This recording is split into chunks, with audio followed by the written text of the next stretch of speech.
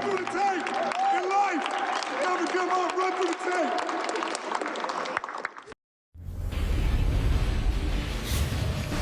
"24 minutes in the books.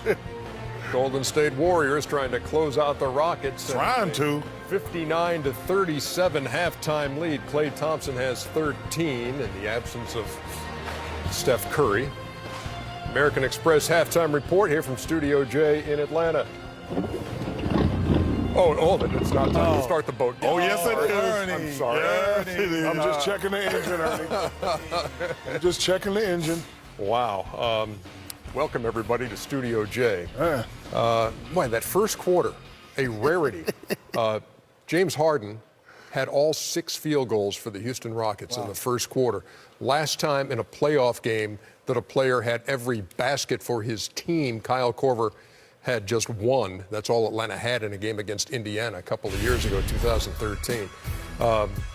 Harden has a 25-point first half on 8 of 12 shooting, but he's the only guy doing anything on the Houston side. Meantime, 56% shooting for Golden State. Shaq, 59 points. They lead by 22. Tell me what you're breaking down here from the first half. You know, you just have to love the way they play. You know, they have marvelous players, you know, Steph Curry, Klay Thompson, but they still play super unselfish basketball right here. Don't do too much when you get double teamed. Make the simple pass. Bogut is not a shooter. Make the next pass to a guy who can hit the 3 right here. Just run the plays right here. You get double teamed.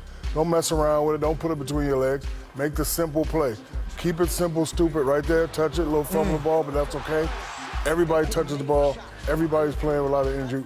When you're playing on a team, and Kenny and Chuck understand what I'm about to say, when you're playing on a team and everybody touches the ball, it's easy. I understand that, too. It's easy. It's easy, and that's why they're blowing them out by 20, and that's why we need to go to the garage and check the boat and make sure it gets tied up, because after this next half, it's going to be 1, 2, 3, Cancun.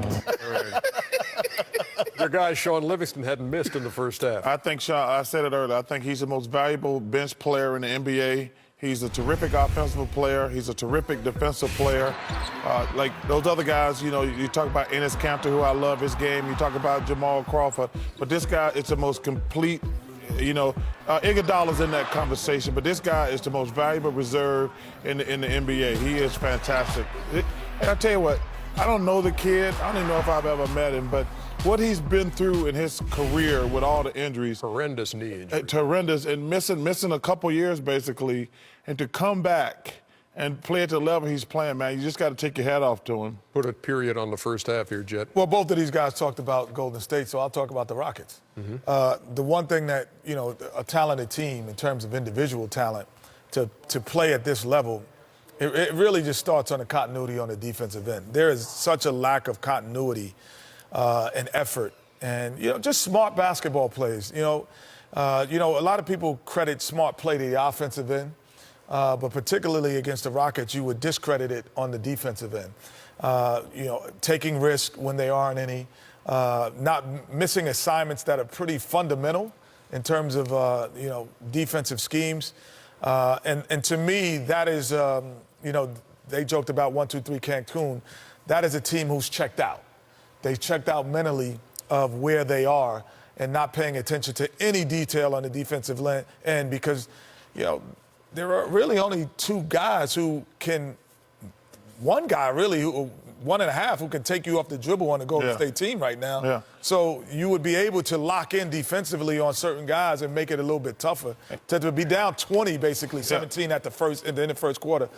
You had to know, Ernie, that the Warriors got a breath of, like, life in the last 48 hours with the news that Chris Paul and Blake are going to be out. So you had to know from the Rockets, you had to say, well, you know what, guys, we might have a chance, but you had to at least know from a mental standpoint that the Warriors going to come out gangbusters, because now Steph going to be back in a couple weeks, maybe. Yeah. But with Chris Paul and Blake getting hurt, and you're like, man, we got a really good chance of winning the next series. So, but the energy level, you can just tell they have definitely checked out. Since Steph went out with the knee injury, they've outscored the Rockets 124-75. Deion Sanders with a tweet. Houston Rockets and fans, can we get J.J. Watt to play some defense versus the Warriors? This is ridiculous. I disagree with Dion, one of the greatest players ever. Why? 'Cause they don't have Steph Curry. They held them down to 22. They'd be down 42 if Steph was playing. Coming back with more in just a second, Thank you, including an Dion. update of the Clippers and Blazers. Welcome to the American Express Halftime Report. American Express, the official credit card of the NBA.